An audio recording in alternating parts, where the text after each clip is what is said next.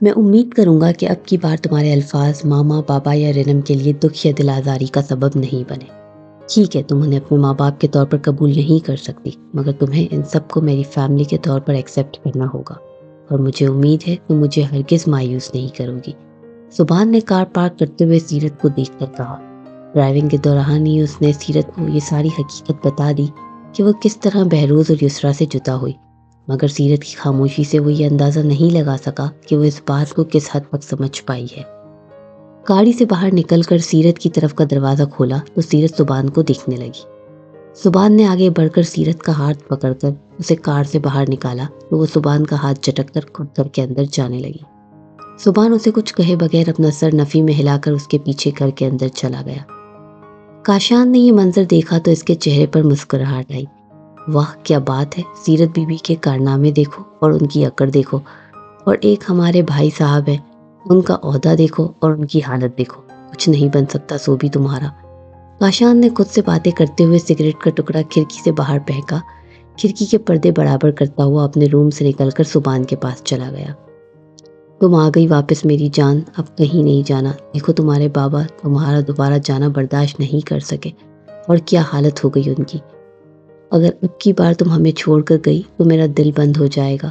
یسریٰ سیرت کو گلے سے لگا کر روتے ہوئے اسے کہنے لگی۔ سیرت چپ کر کے کھڑی رہی، اس نے آگے سے کوئی جواب نہیں دیا تو سبحان نے یسریٰ کو شانوں سے تھام کر سیرت سے الگ کیا۔ کیسی باتیں کر رہی ہیں آپ ماما، میرا اور انم کا بھی کچھ خیال کریں۔ رہی آپ کی ان صاحبزادی کی بات تو اب یہ ہمیشہ آپ کے پاس رہیں گی، اس کی آپ فکر نہیں کریں۔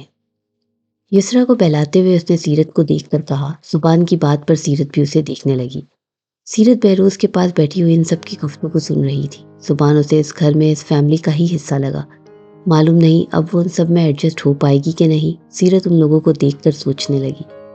رنم ایسا کرو، سیرت کو اس کا روم دکھا دو، تھوڑی دیر بعد میں فریش ہو کر آتا ہوں، جب تک فزیو تھراپسٹ بھی آ جائے گا۔ سبحان نے سیرت کو چپ چاپ بیٹھا ہوا دیکھ کر رنم کو بولا اور خود بھی اپنے روم میں چلا گیا۔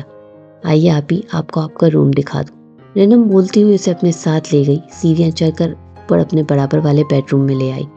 سیرت نے ایک نظر بیڈ روم کا جائزہ لیا جو کافی اچھا ڈیکوریٹ کیا گیا تھا۔ اتنے بڑے گھر میں پیدا ہونے کے باوجود وہ بچپن سے کتنی چھوٹی چھوٹی چیزوں کے لیے ترستی رہی تھی اور کتنی چیزوں سے محروم رہی تھی۔ سیرت نے تلخی سے سوچتے ہوئے اپنا سر جھٹکا۔ برابر والا بیڈ روم میرا ہے، آپ کو کسی بھی چیز کی ضرورت ہو تو آپ بلا جھجک مجھ سے کہہ سکتی ہیں، رنم نے مسکرا کر کہا تو سیرت نے سر اس بات میں ہلایا۔ رنم اس کے بیڈ روم میں چلی گئی۔ سہے نصیب سیرت بی بی، آج آپ اپنے گھر آ ہی گئی۔ ابھی تھوڑی دیر ہی گزری تھی کہ دروازہ دوبارہ نوک ہوا۔ سیرت نے دروازہ کھولا تو سامنے کاشان کھڑا مسکراتا ہوا اسے دیکھ کر بولا۔ اسے دیکھ کر سیرت کا منہ حلق تک تروا ہو گیا۔ وہ اس کی بات کو بغیر جواب دیے اپنے روم میں آ کر بیڈ پر بیٹھ گئی۔ کاشان چلتا ہوا آیا اور صوفے پر اس کے سامنے بیٹھا۔ ناصر کا تمہارے والد صاحب کا معلوم ہوا، بہت افسوس ہوا سن کر۔ کاشان بیٹھتے ہوئے سنجیدگی سے تعزیت کرنے لگا، مگر اس نے کبھی اتنی سنجیدگی سے سیرت سے بات نہیں کی تھی، اس لیے سیرت کو اس کا یہ انداز ہضم نہیں ہوا۔ سیرت نے اس کو گھور کر دیکھا۔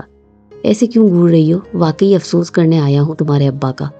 اس کو گھورتے دیکھ کر کاشان نے سنجیدگی سے کہا، تمہیں دیکھ کر تو میں خدا کا شکر ادا کرتی ہوں کہ اس نے سبحان کو میرے نصیب میں لکھا ہے، اور وہ تم جیسا ہرگز نہیں ہے۔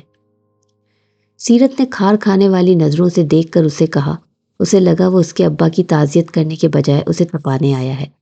قسم سے یار، ہم دونوں کی مزاج ایک جیسے نہیں ہیں، مگر سوچ بالکل ایک جیسی ہے۔ تمہیں دیکھ کر میں بھی خدا کا لاکھ شکر ادا کرتا ہوں کہ رنم تم جیسی ہرگز نہیں ہے۔ کاشان نے مسکراتے ہوئے سیرت سے کہا، مگر وہ الگ بات تھی، یہ مسکراہٹ دل جلانے والی تھی۔ بتایا تھا مجھے سوبی نے تمہاری پسند کے بارے میں، کہاں رنم کتنی نازک سی معصوم سی، اور کہاں تم پورے کے پورے لفنگے۔ پیر دھو دھو کر پینے چاہیے تمہیں تو اس کے، اگر وہ تم سے شادی کے لیے راضی ہو گئی تو۔ سیرت نے بھی اس کو تپانے میں کوئی کسر نہیں چھوڑی تھی، مگر وہ بڑا ہی ڈھیٹ ثابت ہو رہا تھا۔ اس کی بات سن کر تپنے کے بجائے مسلسل ڈھیٹوں کی طرح اسے ڈھیٹوں کی طرح مسکرائے جا رہا تھا۔ سیرت بی بی، تمہارے معصوم سی نازک سی بہن تمہارے اس لفنگے دیور کے قبضے میں سمجھو۔ شادی کے لیے تو اس کے اچھے بھی راضی ہوں گے، اور رہی بات پیر دھو دھو کر پینے کی، جس دن تم نے سوبی کے پیر دھو کر پی لیے اس دن یہ کوشش میں بھی کر کے دیکھ لوں گا۔ چلو پھر ڈنر پر ملاقات ہوتی ہے۔ کاشان بولتا ہوا سیرت کے روم سے جانے لگا۔ سیرت اس کو دیکھ کر دانت پیس کر رہ گئی۔ اور ہاں، بری عادتیں ہیں، ذرا دیر سے ہی جاتی ہیں، یہاں ذرا اپنے اوپر کنٹرول رکھنا، کوئی چیز ادھر سے ادھر ہوئی تو تم ہی نظروں میں آؤ گی، کیونکہ گھر کی نئی فرد تم ہی ہو۔ کاشان جاتے جاتے اسے سلگانا نہیں بھولا۔ سیرت نے اس کی بات کا مفہوم سمجھ کر بیڈ سے تکیہ اٹھا کر کھینچ کر اسے مارا، مگر تب تک وہ روم سے جا چکا تھا۔ خبیث کہیں کا، اسے بھی جھیلنا پڑے گا اب، سیرت نے تپتے ہوئے سوچا۔ نئی جگہ پر لیٹنے کی وجہ سے اسے نیند نہیں آ رہی تھی، یا شاید آج دوپہر میں وہ زیادہ سو گئی تھی، اس وجہ سے نیند اس کی آنکھوں سے کوسوں دور تھی۔ وہ اپنے روم سے نکل کر گھر میں بنے ہوئے لان میں آ گئی۔ لان میں موجود جھولا دیکھ کر سیرت اس پر بیٹھ گئی۔ کیا ہوا، نیند نہیں آ رہی کیا؟ کاشان کی آواز پر چونک کر سیرت نے اسے دیکھا۔ کاشان کو دیکھ کر دوسری بار سیرت کا منہ کڑوا ہوا۔ تم اتنی رات گئے تک کیوں جاگ رہے ہو الوؤں کی طرح؟ سیرت نے اس کی بات کو اگنور کر کے اس کے جاگنے کی وجہ پوچھی۔ الو کے علاوہ عاشق بھی راتوں کو جاگتے ہیں، ویسے تم کیوں چمگادر کی طرح درخت کے بجائے اس جھولے پر لٹکی ہوئی ہو؟ کوئی کام تھا یا ایسے ہی میرا دماغ کھانے آئے ہو؟ سیرت نے تپ کر اس سے پوچھا۔ یار ضروری ہے ہم دونوں ہر وقت لڑتے رہیں؟ چلو آج سے دوستی کر لیتے ہیں، تم بھابھی تو بن چکی ہو میری، چند دنوں بعد سالی آدھی گھر والی بھی بن جاؤ گی، پھر کیا خیال ہے؟ کاشان نے سیرت کی طرف دوستی کا ہاتھ بڑھاتے ہوئے کہا تو سیرت نے اس سے ہاتھ ملایا۔ یہ تمہارا ہاتھ ہے یا ہتھوڑا؟ لگتا ہے جیل میں رہ کر کافی پتھر توڑے ہیں تم نے۔ شکر ہے دل ابھی تک پتھر نہیں ہوا۔ دل بھی پتھر ہو گیا تھا، مگر اب قطرہ قطرہ اس پر موم گرتی رہتی ہے۔ کاشان سگریٹ سلگاتے ہوئے بولا۔ چھی، تم نے سگریٹ پینا بھی اسٹارٹ کر دی؟ ویسے تم سے توقع رکھی جا سکتی ہے، گٹکا، پان، مین پوری کچھ بھی استعمال کر سکتے ہو۔ سیرت کے بولنے کے اسٹائل پر کاشان پھر ہنسا۔ گٹکا، مین پوری، پان، واہ کیا بات ہے، ساری الٹی سیدھی چیزوں کے نام پتہ ہیں تمہیں؟ کاشان نے سگریٹ پیتے ہوئے داد دینے والی نظروں سے سیرت کو دیکھ کر کہا۔ میں تمہاری ڈال کی طرح کوئی برگر بچی تھوڑی ہوں، چھوٹی سی عمر میں دنیا دیکھی ہے سیرت نے آبرو چکا کر کہا۔ برگر بچی؟ کاشان دوبارہ ہنسا۔ اور وہ برگر بچی اپنے ٹیرس میں کھڑی کافی دیر سے ہم دونوں کو گھور رہی ہے۔ کاشان نے سگریٹ کا دھواں اڑاتے ہوئے سیرت کو دیکھ کر کہا۔ سیرت نے نا محسوس ہونے والے انداز سے رنم کو دیکھا، جو واقعی ٹیرس میں کھڑی آنکھوں میں الجھن سمائے ہوئے ان دونوں کو دیکھ رہی تھی۔ سیرت نے کاشان کو دیکھا تو دونوں مسکرانے لگے۔ ڈریسر کے سامنے کھڑے ہو کر رنم گلاس لگاتے ہوئے اپنا جائزہ لینے لگی۔ آئس بلو جینس کے اوپر بیبی پنک کلر کا ٹاپ جس کی سلیوز ہاف سے بھی تھوڑی لمبی تھی، یقیناً اب کاشان کو کوئی مسئلہ نہیں ہوگا۔ وہ بالوں میں برش پھیرتے ہوئے سوچنے لگی۔ سیرت کے ساتھ شاپنگ مال جانے کے لیے وہ اپنی تیاری مکمل کر چکی تھی۔ اپنا موبائل ہینڈ بیگ میں ڈالتے ہوئے روم سے باہر نکل کر سیڑھیاں اترنے لگی۔ کاشان ہال میں ہی موجود اس کا اور سیرت کا ویٹ کر رہا تھا۔ وہ تھوڑی دیر پہلے ہی آفس سے گھر آیا تھا۔ رنم کو سیڑھیاں اترتا دیکھ کر کاشان نے اس کی ڈریسنگ کا جائزہ لیا۔ اس کا ٹاپ جو کہ صرف اس کی کمر کو ہی کور کر رہا تھا، کاشان کا موڈ خراب ہوا۔ واپس جاؤ اور فوراً چینج کر کے آؤ، اس نے دماغ کو ٹھنڈا اور لہجے کو نارمل رکھتے ہوئے رنم کو مخاطب کیا۔ مگر اس کی سلیوز تو… کاشان کی آنکھیں دکھانے پر رنم کے منہ سے نکلنے والا جملہ آدھا منہ میں ہی رہ گیا۔ آپ ایسا کریں، پاپی کو ہی لے جائیں اپنے ساتھ، رنم نے بنا ڈرے منہ بناتے ہوئے کہا۔ کل رات میں وہ سیرت سے کیسے ہنس کر باتیں کر رہا تھا، جبکہ اس کو تو صرف وہ آنکھیں دکھاتا رہتا تھا۔ کاشان ٹھیک کہہ رہا ہے رنم، جاؤ اور ڈریس چینج کر کے آؤ۔ کچن سے اپنے روم میں جاتی ہوئی یسرا نے رنم کو دیکھ کر کہا۔ وہ کچن میں اس وقت بہروز کے لیے یخنی بنا رہی تھی، یقیناً ان دونوں کی گفتگو سن چکی تھی۔ کاشان بھی یسرا کے سامنے رنم کا لحاظ کر گیا تھا، ورنہ جیسے رنم نے کاشان کے آگے جواب دیا تھا، اس کی شامت لازمی آنی تھی۔ رنم منہ بناتی ہوئی اوپر چلی گئی، جبکہ یسرا مسکراتے ہوئے کاشان کو دیکھنے لگی۔ ایسی ڈریسنگ ویسے مجھے بھی خاص پسند نہیں ہے، مگر یہاں ہماری سوسائٹی میں لڑکیاں آج کل ایسی ہی ڈریسنگ میں نظر آتی ہیں۔ یسرا کی بات پر کاشان کیا کہتا، یسرا کو اسمائل دیکھ کر خاموش ہو گیا۔ یسرا اب اپنے روم میں جا چکی تھی۔ تھوڑی دیر بعد رنم اسے مختلف ڈریس میں نیچے اترتی نظر آئی۔ لائٹ براؤن شرٹ پہ بلیک ٹائٹ فلیکی کلر کا اسٹول اس نے گلے میں ڈالا ہوا تھا۔ وہ شرٹ اتنی تنگ اور باریک تھی کہ جسم کے سارے خدوکال دور سے نمایاں ہو کر کاشان کے غصے میں مزید اضافہ کر گئے۔ آخر کی 2 سیڑھیاں بچی تھی۔ کاشان نے رنم کا بازو پکڑا، واپس اسے بیڈ روم میں لے جانے لگا۔ اب کیا مسئلہ ہو گیا کاشان؟ سیڑھیاں چڑھتے ہوئے رنم نے اس سے پوچھا، جس کا کاشان نے کوئی جواب نہیں دیا، بلکہ اسے بیڈ روم میں لا کر ایک جھٹکے سے بیڈ پر گرایا اور اس کا وارڈروب کھول کر کھڑا ہو گیا۔ جو اسے مناسب ڈریس لگا ہینگر سے نکال کر رنم پر اچھالا۔ 10 منٹ کے اندر چینج کر کے نیچے آؤ، وہ سنجیدگی سے کہتا ہوا روم سے نکلنے لگا۔ کیا برائی ہے اس ڈریس میں؟ دوسری لڑکیاں بھی تو ایسی ڈریسنگ کرتی ہیں۔ رنم نے اس کے سامنے دوبارہ منہ کھولنے کی ہمت کر لی۔ کاشان جو روم سے باہر نکل رہا تھا دوبارہ رنم کے پاس آیا۔ اپنی طرف آتا دیکھ کر رنم فوراً 2 قدم پیچھے ہوئی۔ تمہارے اس ڈریس میں کوئی مسئلہ نہیں سوائے اس کے کہ اس کے اندر کی ڈریسنگ کا کلر میں بآسانی 2 قدم کے فاصلے سے بھی دیکھ کر بتا سکتا ہوں۔ کاشان رنم کے قریب آتا ہوا بولا۔ اس کی بات سن کر رنم نے نظریں چرا کر اپنی نظروں کا زاویہ دوسری طرف کیا، مگر کاشان نے اپنے ہاتھ سے اس کے چہرے کا رخ دوبارہ اپنی طرف کیا۔ نظریں کیوں پھیر لی تم نے میری بات پر؟ جواب دو۔ اس طرح کے کپڑے پہن کر جب تم میرے ساتھ چلو گی اور دوسرے لوگ تمہیں دیکھیں گے تو اس وقت میں اپنی آنکھوں کا زاویہ ادھر ادھر نہیں کر سکتا۔ اور رہی دوسری لڑکیوں کی بات، کوئی بھی پہنے مگر تم یہ بیہودہ قسم کے کپڑے نہیں پہنو گی۔ میں ان بے غیرت مردوں میں سے نہیں ہوں جو اپنی عزت کو فیشن کے نام پر شو پیس بنا کر اپنی آنکھیں بند کر لیتے ہیں۔ تم نے کل بھی ٹاپ پہنا ہوا تھا، میں نے کچھ نہیں کہا کیونکہ تم گھر میں موجود تھی۔ میں باہر نکل کر تمہیں برقع یا چادر لینے کا نہیں کہہ رہا، مگر تم ایسی ڈریسنگ کرو گی تو مجھے برا بھی لگے گا اور غصہ بھی آئے گا۔ وہ رنم کو گھورتا ہوا بولا اور واپس جانے کے لیے مڑا۔ بھیا نے تو کبھی اعتراض نہیں کیا۔ رنم نے منہ ہی منہ میں بڑبڑایا، مگر اس کی بڑبڑاہٹ اتنی واضح تھی کہ کاشان نے آرام سے سن لیا۔ کیونکہ تمہارا بھیا الو کا پٹھا ہے اور کچھ؟ کاشان نے دوبارہ پلٹ کر اسے آنکھیں دکھاتے ہوئے غصے میں کہا۔ رنم کو اس طرح کاشان کا زبان کے بارے میں بات کرنا سخت ناگوار گزرا۔ اس سے پہلے وہ احتجاجاً کچھ اور بولتی، کاشان نے زور سے اس کا منہ پکڑا۔ کچھ زیادہ ہی زبان نہیں چل رہی ہے آج تمہاری؟ اب اگر آگے سے تم نے ایک لفظ نکالا تو اپنا حشر کی تم خود ذمہ دار ہوگی۔ 10 منٹ کے اندر چینج کر کے باہر آؤ فوراً۔ کاشان نے اس کے منہ سے اپنا ہاتھ ہٹا کر پیچھے کیا تو رنم کو اپنے جبڑے دکھتے ہوئے محسوس ہوئے۔ اور جب تم باہر آؤ گی تمہارا منہ بالکل بنا ہوا نہیں دیکھوں میں۔ کمرے کے دروازے پہ کھڑا ہو کر وہ ایک بار پھر رنم کو باور کرانا نہیں بھولا۔ ڈریس چینج کر کے جب رنم باہر آئی تو سیرت اور کاشان کار کے پاس کھڑے باتیں کر رہے تھے۔ رنم پر ایک نظر ڈال کر گلاسز لگاتے ہوئے کاشان ڈرائیونگ سیٹ کی طرف بڑھا۔ آگے آپ بیٹھ جائیں آپ ہی۔ سیرت کار کے پیچھے کا ڈور کھولنے لگی تو رنم نے مسکرا کر کہا۔ سیرت کندھے اچکا کر آگے بیٹھ گئی۔ تم صوبی کا پیسہ شاپنگ کر کے حلال کرو، جب تک میں تمہاری نازک سی بہن کے ساتھ مال کا ایک چکر لگا کر آتا ہوں۔ کچھ پسند آیا تمہیں؟ رنم جیولری شاپ پر جیولری کے آئٹمز دیکھ رہی تھی، تب کاشان نے اس کی پشت پہ کھڑے ہو کر اس سے پوچھا۔ اپنے لیے نہیں، آپ ہی کے لیے پسند کر رہی ہوں ایئرنگز، انہیں گفٹ کرنے کا سوچ رہی ہوں۔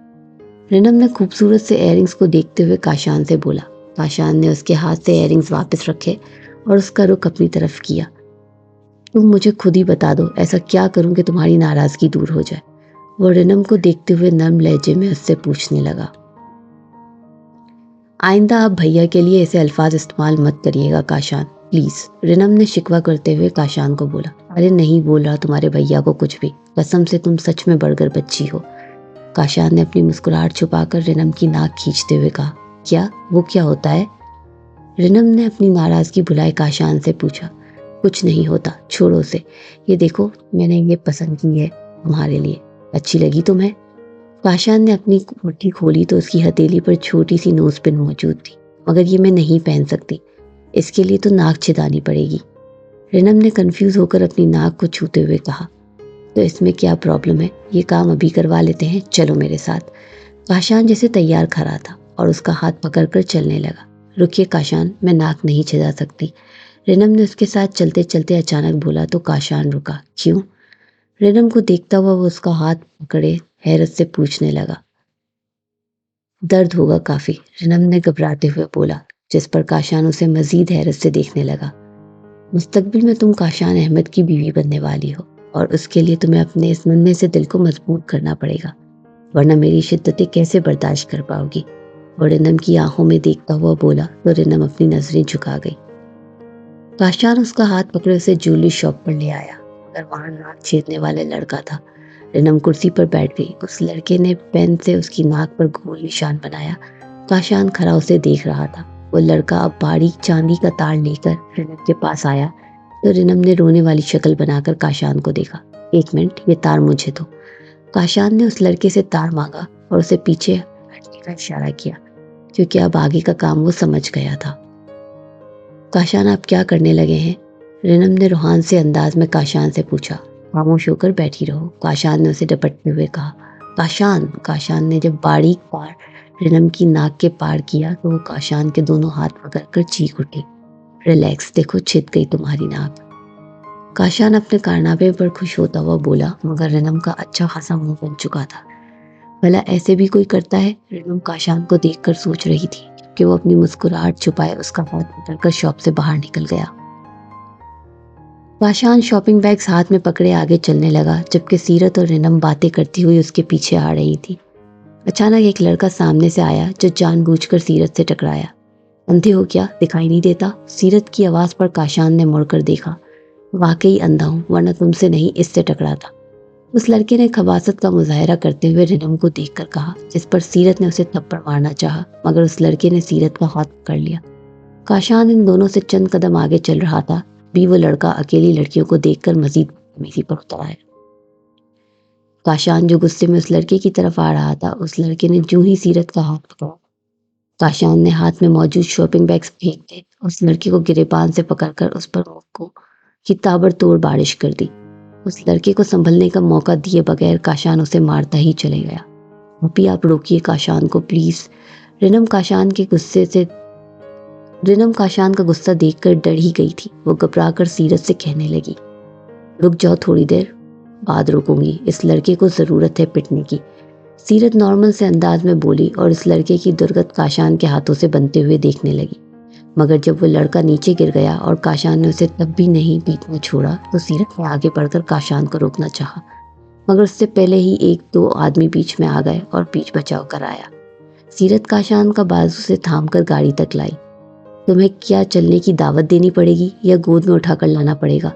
کاشان نے پیچھے مڑ کر ڈری سہمی رنم کو دیکھتے ہوئے کہا۔ وہ فوراً تیز قدموں سے چلتی ہوئی ان دونوں کی طرف آئی اور سیرت کو اشارے سے کار میں آگے بیٹھنے کے لیے کہا، کیونکہ اس وقت اسے کاشان کے غصے سے ڈر محسوس ہو رہا تھا۔ گھر پہنچ کر کاشان اپنے روم میں چلے گیا، البتہ یسرا نے رنم کی ناک میں بالی دیکھ کر حیرت کا اظہار کیا، کیونکہ جب وہ اسے ناک چھدانے کا کہتی تو رنم انکار کر دیتی۔ تمہاری یہ ہیرو گیری آج کچھ زیادہ ہی نہیں ہو گئی؟ کاشان اپنے روم کی کھڑکی کے پاس کھڑا ہوا سگریٹ پی رہا تھا، تب سیرت اس کے روم میں آتی ہوئی بولی، تو کیا کرتا پھر؟ وہ تم سے بدتمیزی کر رہا تھا، میں کھڑا دیکھتا رہتا؟ یہ کب کہہ رہی ہوں میں، بس یہی تو سمجھا رہی ہوں، اتنا غصہ بھی کوئی اچھی بات نہیں ہے۔ معلوم ہے نا رنم کتنا ڈر گئی تھی اس وقت۔ سیرت کی بات پر اس نے ایک نظر سیرت کو دیکھا اور دوبارہ سگریٹ پینے لگا۔ اچھی بات ہے، اسے ڈر کر ہی رہنا چاہیے، ویسے بھی مجھے منہ زور اور زبان چلانے والی عورتیں پسند نہیں۔ سگریٹ ایش ٹرے میں مسلتے ہوئے اس نے سیرت سے اپنے خیالات کا اظہار کیا۔ او تو یوں کہو تمہیں ڈرنے اور دبنے والی بیوی چاہیے۔ سیرت کو اس کی سوچ پر افسوس ہوا۔ سب کی اپنی اپنی چوائس ہوتی ہے۔ سیرت کی بات پر کاشان نے کندھے اچکاتے ہوئے کہا، یعنی اپنی بہن کو ٹرین کرنے کی ضرورت ہے مجھے۔ سیرت نے کاشان کو دیکھتے ہوئے بولا، کوشش کر کے دیکھ لو، اسے اپنے رنگ میں ڈھالنے کا ہنر میں خوب جانتا ہوں۔ کہ کاشان نے اپنے چہرے پر آئی مسکراہٹ کو چھپاتے ہوئے کہا، کاشی پٹو گے تم مجھ سے واقعی کسی دن۔ سیرت جانتی تھی وہ سب مذاق میں کہہ رہا ہے، نہ اس کی باتوں میں اور آنکھوں میں رنم کے لیے چھلکتی ہوئی چاہت وہ صاف محسوس کر سکتی تھی۔ ویسے کاشی، تم نے صحیح اس لنگور کی چترول کی ہے، قسم سے اب تو وہ اپنی بیوی کو چھیڑتے ہوئے بھی 100 بار سوچے گا۔ سیرت اپنی بات کہہ کر خود ہی زور سے ہنس دی۔ کاشان بھی اس کی بات پر ہنسنے لگا۔ تبھی بیڈ روم کا دروازہ جو پہلے سے آدھا کھلا ہوا تھا، رنم پورا کھول کر اندر آئی۔ ان دونوں کو ایک ساتھ ہنستا دیکھ کر اس کی نظر کاشان کے ہاتھ پر گئی، جس پر سیرت آئنٹمنٹ لگا چکی تھی، کیونکہ سیرت کے ہاتھ میں ٹیوب بھی وہ دیکھ چکی تھی۔ اپنے ہاتھ میں تھامی ٹیوب وہ چھپا گئی۔ اوکے چلتی ہوں میں، سیرت کاشان کو کہتی ہوئے رنم کو اسمائل دے کر روم سے نکل گئی۔ کاشان رنم کے چہرے کے اتار چڑھاؤ نوٹ کر چکا تھا۔ رنم بھی کچھ کہے بغیر روم سے جانے لگی۔ وہیں رکو، دروازہ بند کرو اور واپس روم میں آؤ۔ رنم نے کمرے سے جانے کے لیے پر تولے تو اپنے عقب سے کاشان کی آنے والی آواز پر اسے رکنا پڑا۔ وہ بیڈ روم کا دروازہ بند کر کے کاشان کے پاس آئی۔ اب بولو، کیا کہنے آئی تھی؟ رنم کا بازو تھام کر اسے صوفے پر بٹھا کر خود کونے میں رکھی ہوئی چیئر کو رنم کے سامنے رکھ کر اس پہ بیٹھتے ہوئے کاشان اس سے پوچھنے لگا، آج آپ کا ہاتھ زخمی ہو گیا تھا تو یہ آئنٹمنٹ دینے آئی، مگر آپ ہی مجھ سے پہلے ہی آپ کے زخموں پر مرہم رکھ چکی ہیں۔ اس لیے واپس جا رہی تھی۔ رنم نظریں جھکائے اسے اپنے آنے کی وضاحت دے رہی تھی اور کاشان اس کی ناک میں سجے چاندی کے تار غور سے دیکھ رہا تھا، جس کا آج ہی اس کے چہرے پر اضافہ ہوا تھا، اور یہ چینج سامنے بیٹھے کاشان کو کافی اچھا لگ رہا تھا۔ اتنی بے اعتباری کیوں ہے آخر تمہیں؟ اس دن ہوٹل میں مایا کو دیکھ کر بھی تم نے اوور ریئیکٹ کیا تھا، آج سیرت کو دیکھ کر بھی تم شک و شبہات میں گھر رہی ہو۔ لگتا ہے اب تمہیں اعتبار دلانا ہی پڑے گا۔ بولنے کے ساتھ ہی کاشان نے رنم کی ناک میں ڈالا تار آہستہ سے کھینچا، جس پر رنم کی ہلکی سی چیخ کے ساتھ ننھی سی خون کی ایک بوند بھی ناک سے نکل آئی۔ یہ کون سا طریقہ ہے اعتبار دلانے کا؟ اپنی ناک پر ہاتھ رکھ کر وہ ایک دم کھڑی ہوئی۔ اس کو اٹھتا دیکھ کر کاشان بھی اٹھا اور رنم کا ہاتھ ناک سے ہٹایا۔ یہ اعتبار دلانے کی کوشش نہیں، بلکہ تمہاری فضول سے شک کرنے کی سزا ہے۔ اعتبار تو میں اب دلانے لگا ہوں۔ رنم کا چہرہ اپنے دونوں ہاتھوں میں تھامے وہ اس کے گلابی ہونٹوں کو دیکھ کر بولا، کاشان آپ کیا کرنے لگے ہیں؟ رنم نے گھبرائے ہوئے انداز میں اپنے دھڑکتے دل کے ساتھ کاشان سے پوچھا۔ وہی کرنے لگا ہوں جو اس وقت تم سوچ رہی ہو۔ اب اس کی تھوڑی کے نیچے اپنی انگلی ٹکا کر اس کا چہرہ اوپر کرتے ہوئے اسے مزید خود سے قریب کر کے بولا، پلیز ایسا نہیں کریں۔ رنم نے احتجاجاً کہا۔ اس وقت وہ کاشان کی سانسوں میں بسی سگریٹ کی اسمیل محسوس کر سکتی تھی۔ وہ کاشان کے اتنے قریب آنے پر بری طرح گھبرا گئی۔ کیوں؟ تمہیں اچھا نہیں لگے گا؟ وہ رنم کا چہرہ اونچا کیے قریب سے اس کے چہرے کو غور سے دیکھتا ہوا پوچھنے لگا۔ رنم نے اسی میں سر ہلایا۔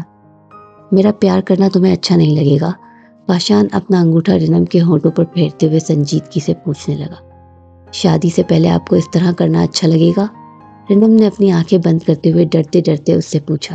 کاشان کے ہونٹ رنم کے ہونٹوں کے اتنا قریب تھے کہ رنم کے بوستے ہوئے بھی اسے ڈر محسوس ہو رہا تھا۔ رنم کی بات سن کر کاشان چند منٹ تک غور سے اس کو دیکھتا رہا، پھر اپنے روم میں اس کو چھوڑ کر باہر چلا گیا۔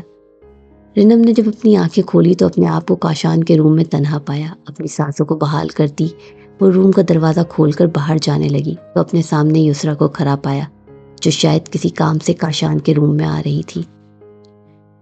تم کاشان کے روم میں کیا کر رہی ہو؟ رنم کو کاشان کے روم سے نکلتا دیکھ کر یسرا نے چونک کر پوچھا۔ انہی کو دیکھنے آئی تھی، مگر وہ روم میں موجود نہیں ہے۔ یسرا کے اس طرح دیکھنے اور سوال کرنے پر رنم کو گھبراہٹ ہونے لگی، جبکہ ایسا پہلی دفعہ نہیں ہوا تھا۔ یسرا اسے اکثر کاشان کو بلانے کے لیے روم میں بھیج دیا کرتی۔ کاشان کے روم بھی شاہدہ سے اکثر رنم ہی صاف کراتی تھی۔ ٹھیک ہے، بیڈ روم میں جاؤ، بہروز پوچھ رہے ہیں تمہیں، یسرا نے رنم کو دیکھتے ہوئے کہا۔ وہ سر ہلا کر روم سے چلی گئی۔ نوٹ تو یسرا چند دن پہلے سے کر چکی تھی، رنم کا روز کھانا بنانا اور کاشان کا صرف اس کے ہاتھ کا بنا ہوا کھانا کھانا، اکثر کاشان کا رنم کو دیکھنا اور رنم کا نظریں جھکا لینا، یہ سب کچھ یسرا کی نظر سے چھپا ہوا نہیں تھا۔ یسرا کچھ سوچتے ہوئے اپنے روم میں چلی آئی۔ کاشان نہیں، پلیز چھوڑے میرا گلا، رنم روتی ہوئی کاشان سے التجا کر رہی تھی۔ بولو، اب یہ بےہودہ کپڑے پہن کر باہر نکلو گی؟ کاشان رنم کا گلا اپنے سخت ہاتھوں سے دبوچتے ہوئے پوچھ رہا تھا۔ رنم! کاشان رنم کے نام کو پکار کر ایک دم چیخ اٹھا۔ ہاتھ آگے بڑھا کر اس نے سائڈ پر رکھا لیمپ جلایا اور کمرے میں روشنی ہوئی۔ اے سی کی ٹھنڈک میں اس کا پورا وجود پسینے سے شرابور ہو چکا تھا۔ وہ لمبے لمبے سانس لینے لگا۔ اسے محسوس ہوا جیسے ہوا میں آکسیجن ختم ہو گئی ہو۔ بیڈ سے نیچے اتر کر کاشان نے اپنے بیڈ روم کی کھڑکی کھولی۔ ٹھنڈی ہوا کا جھونکا اس کے چہرے سے ٹکرایا۔ کاشان نے اپنی آنکھیں بند کر لی۔ اس کی آنکھوں کے سامنے رنم کا چہرہ آیا۔ رنم کی دونوں سبز آنکھیں پوری طرح کھلی ہوئی تھی۔ اس کے بال بکھرے ہوئے تھے، جبکہ ہونٹ کے بائیں جانب خون نکل رہا تھا۔ کاشان نے فوراً اپنی آنکھیں کھولی۔ اس کی ہارٹ بیٹ ایک بار پھر سے تیز رفتار میں چلنے لگی۔ اسے لگا جیسے اب وہ کبھی اپنی آنکھیں بند نہیں کر پائے گا۔ رنم! کاشان کے ہونٹ ہلے۔ وہ اپنے بیڈ روم سے نکل کر سیڑھیاں چڑھتا ہوا رنم کے بیڈ روم میں پہنچا۔ وہ اسے دیکھنا چاہتا تھا۔ دروازے کا ہینڈل گھمانے پر دروازہ کھل گیا۔ رنم اپنے بیڈ پر لیٹی ہوئی گہری نیند سو رہی تھی۔ نائٹ بلب کی روشنی میں اب وہ اس کا چہرہ آسانی سے دیکھ سکتا تھا۔ کاشان نے اسے محسوس کرنے کے لیے، اپنے آپ کو اطمینان دلانے کے لیے اپنی انگلیوں کے پوروں سے رنم کے ماتھا چھوا۔ کسی احساس کے تحت رنم کی آنکھ کھلی۔ اپنے اوپر جھکے ہوئے وجود کو دیکھ کر بے ساختہ رنم کے منہ سے چیخ نکلنے والی تھی، مگر کاشان نے اس کے ہونٹوں پر اپنا ہاتھ رکھ دیا۔ میں ہوں کاشان۔ کاشان نے دوسرے ہاتھ سے لیمپ جلایا تو رنم کو اس کا چہرہ واضح نظر آیا۔ اب رنم کی آنکھوں میں خوف کا عنصر کم، حیرت کا عنصر زیادہ تھا۔ آہستہ سے کاشان نے اس کے ہونٹوں سے اپنا ہاتھ ہٹایا۔ آپ اس ٹائم یہاں پر کیا کر رہے ہیں؟ رنم نے گھڑی میں نظر ڈالی، رات کے 2 بج رہے تھے۔ اس کے اٹھ کر بیٹھنے پر کاشان پیچھے سرکا۔ تمہیں دیکھنے کو دل چاہ رہا تھا، اس لیے آ گیا۔ کاشان بھاگا اور اس کا چہرہ دیکھ کر بولا، وہ چاہ کر بھی اپنا بیانہ خواب اس سے شیئر نہیں کر سکا۔ اب ٹھیک ہے نا؟ کیا ہوا آپ کو؟ رنم کو وہ اپنے آپ میں نہیں لگا۔ اس کی پیشانی پر پسینے کی بوندیں بھی نمایاں تھیں، جنہیں رنم نے اپنی انگلیوں سے چھونا چاہا۔ کچھ کہنا چاہتا ہوں تم سے۔ کاشان نے اپنی پیشانی سے اس کا ہاتھ پکڑ کر اپنے دل کے مقام پر رکھا اور رنم کو دیکھتا ہوا بولا۔ رنم چپ رہی، جیسے اس کے بولنے کی منتظر ہو۔